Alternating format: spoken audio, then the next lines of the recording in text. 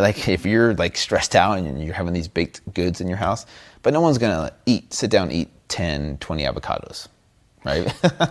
I mean, I've never seen anyone do that because they're stressed out. And I think if we could just get people to focus on the process of the habits that make a healthy lifestyle rather than the results, then I think the results will take care of themselves. You have 2 daughters. How do you deal with food and them? I mean, especially knowing how tasty processed foods are. That's a great question. I always ask other parents when they come on my podcast, like what works for them, because it's different for each family, for each kid, because I see both ways of being overly strict, right, and not letting them touch a processed carbohydrate or any refined sugar.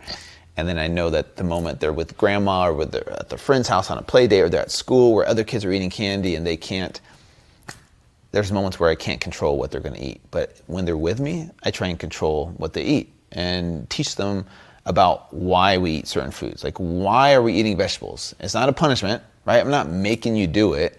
There's a reason we're supposed to be eating vegetables, and here's why. So my girls are 7 and 9, and they know what broccoli is, they know what cauliflower is, and we go grocery shopping together. I have them help chop food and prepare the food, so they're in the kitchen. Are you telling them things like micronutrients? I mean, they don't understand that. So basically, this is what I do: is I say, hey, on the inside of us, there's a lot of good guys and there's a lot of bad guys. And when we eat vegetables, our good guys get stronger and they can beat up the bad guys. But when we're eating junk food, the bad guys, they get strong and they beat up the good guys, and that's when we feel sick. That's kind of what I tell them, and it seems to work. But I'll be honest with you, we do have treats every once in a while. But I'll get them like Halo Top ice cream or something like that, or I'll make them a keto cookie and they don't really know, but then they're with grandma this week, for example, in Idaho, and I know she's going to give them juice with high fructose corn syrup, and it kills me, but I can't micromanage every single person that comes into my daughter's life. So